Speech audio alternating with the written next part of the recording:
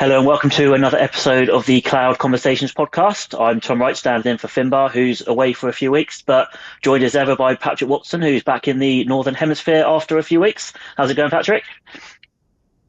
Yeah, very, very good. Thanks, Tom. And yeah, we should say that Finbar is absent. He's announced it on LinkedIn, so he is now away on paternity leave. So he will be doing.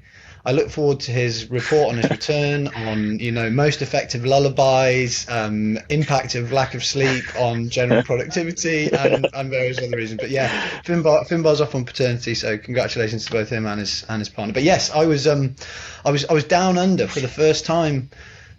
Down under, as in Southern Hemisphere in Sydney, for the first time, Tom, for our APAC event, which we held last month, Cavell Summit APAC. So yeah, I've returned. The jet lag is in full effect. Yep, so Cavell Summit APAC was in Sydney, brought together service providers, vendors, industry leaders to cover everything from UCaaS, CCaaS, AI, customer experience, evolving channel models. Lots was covered, and Patrick, you were on and off stage all day. So perhaps start by giving us kind of a summary of the event and some of the themes that kind of took hold. Yeah. So we did a preview with Trent Webby, who's our head of APAC, who's in New Zealand, and one of the Trent and I did a number of sort of research calls with primarily Australian businesses, but also those that are looking into the wider APAC. And I think the main sort of lesson I took from it, and it's very like the analogy I would make. It's very like when we had US providers looking at expanding into Europe. They would use the UK as it was always described as a stepping stone into wider Europe. And what we've found, and what you and I know, Tom, from discussions, is generally that doesn't really work. So there's obviously a lot of synergies between the US and the UK in terms of language, and it's the same with Australia. Australia, really advanced technological market. They're very heavy adopters of solutions like Microsoft, very high penetration of E5. So Australia and New Zealand are one thing. Then if you start to talk about wider APAC, it's another. So I think the key thing that I really learned was that we have to make, and Cavell in our research, we have to make this distinction between Australia and New Zealand and then wider Southeast Asia. And I did a keynote with Trent Webby, our head of APAC, about the rule of 20, but I mispronounced it on stage and called it the rule of Trenty because obviously it matched his name perfectly. And that effectively means there are 20 different markets, there are 20 different languages, there are 20 different sets of regulations, there are 20 different incumbent telcos, and all of those different Southeast Asian markets, so whether you look at Malaysia, the Philippines, Indonesia, Japan, South Korea, whatever it might be, have their own very unique set of cultural channel and go-to-market routes. So it was really interesting. We did a lot of research on Australia, and I think we understand that market really well, and we're growing our understanding in all of those different sort of Southeast and wider Asian markets. So that's the main thing I learned, that we have to draw this distinction between Australia, New Zealand, and wider APAC, just like we do between the UK and continental Europe. Yeah, and there were obviously lots of providers in the room, some global providers, but also some regional players as well. So did you find any kind of differences or nuances for how they're approaching the market, perhaps differently to Europe and North America? Yeah, actually, although one thing we did see is that the channel models in terms of sort of adoption of resale and agency are what you see in it. I would. The channel market, and Matt Townend, our managing director, did a panel on this, specifically looking at the channels, and primarily we see a resale model, so it would be more akin to the UK than the US as a sort of a channel go-to-market model. But there were some really interesting things that the providers do. I think first of all, we see really strong adoption of the market leading collaborators, so Microsoft, WebEx increasingly, Zoom very strong down there. So there's a really, I think almost Australia and New Zealand, Australia in particular, almost technologically ahead almost of where the US and the UK are in terms of convergence of technology. One of the things that I was chatting with a few people about is the much closer alignment around the IT channel and the telecoms channel, and it's partly because they've grown up slightly more together. Whereas, and Tom, you know this better than I do from considering your background, that in the sort of the UK, the IT channel and the telecoms channel was traditionally very different, and over recent years we've seen convergence. Actually, in Australia, that convergence has been happening for a lot longer. So there is this much closer ties between, and it actually works really well with our Cavell's concept of the intelligent workplace, because you've got this much closer engagement of different types of technology. So not just communications, not just UCaaS, CCaaS, but actually productivity tools, CRM, all of those other areas. So I thought that was really interesting. And actually it was reflected in the enterprise data. So we did a study of 400 IT and telecoms decision makers in Australia, and we've done the same study, and we used the results in our previous research across North America and Western Europe. And for the first time, the reason for selecting a new telecoms provider, the number one reason, was integration capability, which we didn't see in any of the other regions, which actually I thought was really interesting. So I think it shows that actually in Australia in particular, that capability of integrating voice as a communication medium, or UCaaS as a platform, into wider technology systems and business ecosystems is really important. So I think that was the sort of core learning from Australia, that integration capability is actually really important into that wider technology stack. And that ties in sort of quite neatly with our concept of the intelligent workplace, doesn't it? Which AI is of huge importance. So I know AI was a big part of the agenda in Sydney as well. So what was discussed about AI? Did you kind of pick up anything new there that perhaps you hadn't heard at, our European or US events? Yeah, I think it was, in terms of the Australian and New Zealand markets, it's very, very similar. So AI, using AI to drive better efficiency and productivity is the number one strategic goal for Australian buyers in every segment apart from the micro business segment, so those with fewer than 9 employees. Any organization bigger than that, using AI to drive efficiency and productivity is the number one strategic goal. And that aligns with the data that we've seen in North America and Western Europe. There was a lot of focus on the capability of voice agents and what that's going to do to voice traffic. And I think that's a discussion that we've had in North America, and we're having with a number of large telcos in Western Europe as well.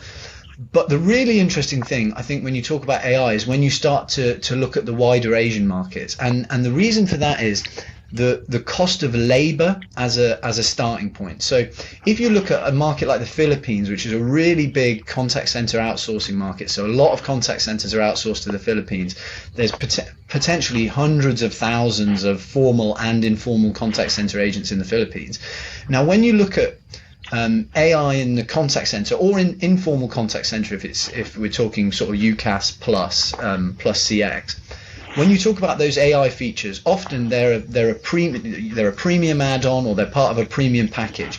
But when the labor cost is so low in some of these markets, actually it's cheaper to hire a person and pay them a rate than it is actually to automate something with AI or utilize AI for overlay. And I mean, we've even seen a couple of news stories of AI startups pretending, they were doing something with AI, and actually it was outsourced to a center in the Philippines or Malaysia with a load of actual people doing the compute resource. So I remember back in the day, transcription was sending it to a company and they'd get a person to do it, get it back in a couple of hours.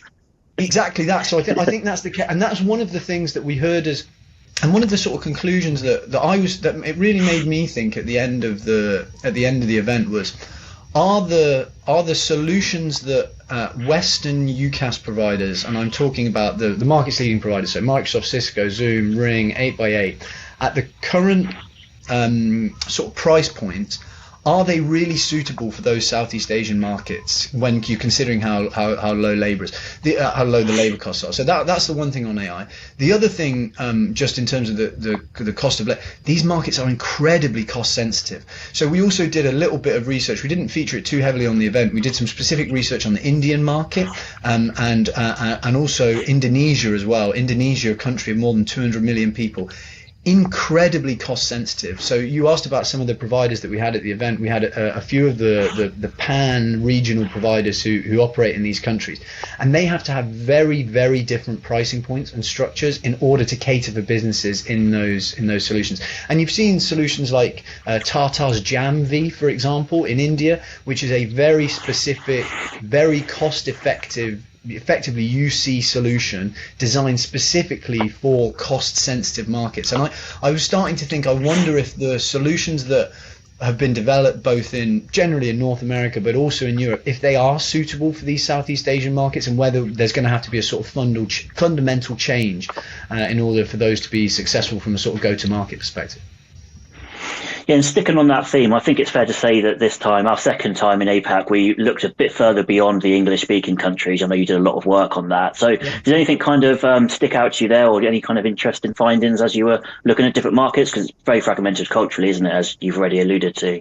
Yeah. So as I said, that rule of 20, I can't even say it anymore. That rule of 20 really applies. So massive difference culturally. So I think some of the really interesting stats. So if you look at those markets, first of all, there are real regulatory barriers, and it's when we think about one of the analogy that I was making before is it's very like Europe was before the single market, but now in Europe you have with the EU, you have some sort of regulatory consistency. You have a free single market in terms of labour and finances and currencies. You don't have that at all in these markets. So there's really strict regulatory barriers that you're going to have to pass to work in Philippines or Indonesia. And there were some really interesting things that were talked about in terms of what some of the providers are doing, the regional providers, to try and provide some consistency across region. But in terms of sort of stats, if you look at and we always talk about penetration of cloud into any market. So you've got your total number of business telephony users, and then you've got how many of them are using cloud. And in our definition, we're talking about publicly hosted multi-tenant. So if you look at markets so I mentioned Indonesia, 200 million plus people, the Philippines, Malaysia, actually the penetration of cloud in those markets, less than 10% into that overall business telephony base, partly because there's regulatory barriers, there's some cultural barriers in terms of wanting to own and handle kit and handle data. So actually these markets are starting from a really low cloud growth point, but a lot of the markets that we spoke to providers in, they're seeing really good double-digit growth, so high teens in terms of net new user growth each year. So they're all providing a really good opportunity, but there's barriers there in terms of entry. And one country I wanted to sort of comment on particular, which has always really intrigued me, and hopefully we'll have Cavell JPAC event in the future, is Japan. So again, massive market. 130, arguably the most advanced technological market in the world.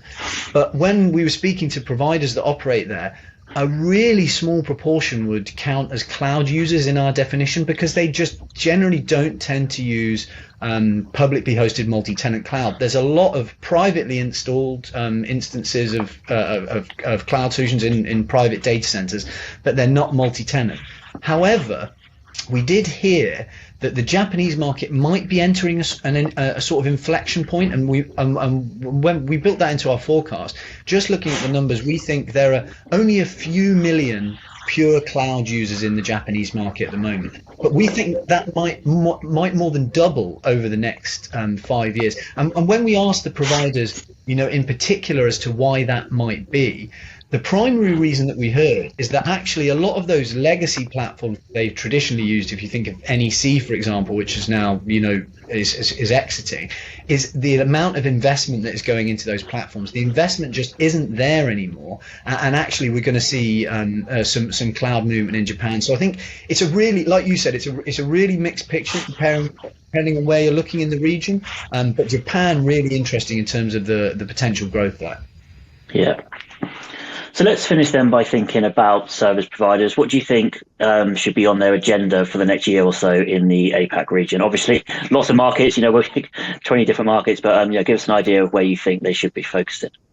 Yeah, so we drew a couple of key conclusions, and our Australian Cloud Comms market report is available now for anyone who's interested in the size of the Australian market and how it's growing. And we did also include some high-level, wider APAC data in there, and we put some conclusions in there for providers that I think are really worth considering. So we are seeing this market maturity shift. So in Australia, the market already at quite a high level of maturity, but that growth still really good double-digit growth, better than we're seeing in mature markets like the US and the UK, for example. So we're still seeing that continued growth despite maturity, but now we're starting to get to that stage where it's going to become a really strong replacement market. The amount of cloud-to-cloud migrations in Australia is going to be really, really significant in the future. And I think in those wider Asian markets we're talking about, you first of all you have to be in there legitimately. You have to pass the regulatory barriers. You have to be present in the market. So that's a really key facet if you're thinking about Southeast Asian markets. More widely in the region, particularly Australia, you're going to have to, as we were talking about before, integration capability is crucial. So having a broader skill set outside of traditional voice. So many of the providers that we spoke to have developed unique and more advanced integration capabilities into CRM or line of business or vertical software. That integration piece is going to be absolutely critical. And I think the final piece that we I sort of touched on with the regulatory and compliance and sovereignty requirements in Asia is also security. Security came up incredibly highly in Australia, and also we heard from all of the providers across Southeast Asia that data security and data sovereignty capabilities are going to be essential to support future AI adoption and protect that underlying data. So I think there's a lot of opportunity, but service providers need to first of all think clearly about where they're going to go for. Are you targeting Australia, New Zealand? What Southeast Asian markets are you targeting, and why? And then what steps do you need to take to go into those? So it's a really staged approach, I think, that we're going to see in APAC generally. Okay, brilliant. Well, we are just about out of time, Patrick. Thanks so much for joining us, giving us first-hand experience of the APAC event, and I hope your body clock adjusts over the next few days. Absolute pleasure, and Tom, always good to stand in for Finbar, and just congratulations again to Finbar. I hope he's listening to the pod out. In fact, I'll make him listen to it even if he hasn't. And I would like to say a couple of last plugs. We've done all this Australian research. It's available for purchase now. We've got market sizing data on a load of those countries that we talked about in the Rule of 20. So if you want to know how big we think the Japanese market or how many users are going to be added to that over the next 3-5 years, get in touch. And then we've got the next in our series of events comes around very quickly. 25th of March will be in London for Cavell Summit EU. We've stolen all my plugs there, Patrick, but I'll just go over that a little bit more. So Cavell Summit in London towards the end of the month. Topics will be everything from profitable growth, AI, change of buyer behaviour, and how service providers can protect margin in what's becoming an increasingly competitive market. All the details for tickets are on cavell.com. In terms of the podcast, thanks so much for listening. Please like, subscribe, share wherever you get your podcasts. It really helps us find new listeners. But that's all from us. Thanks for listening, and we'll see you next time. Bye.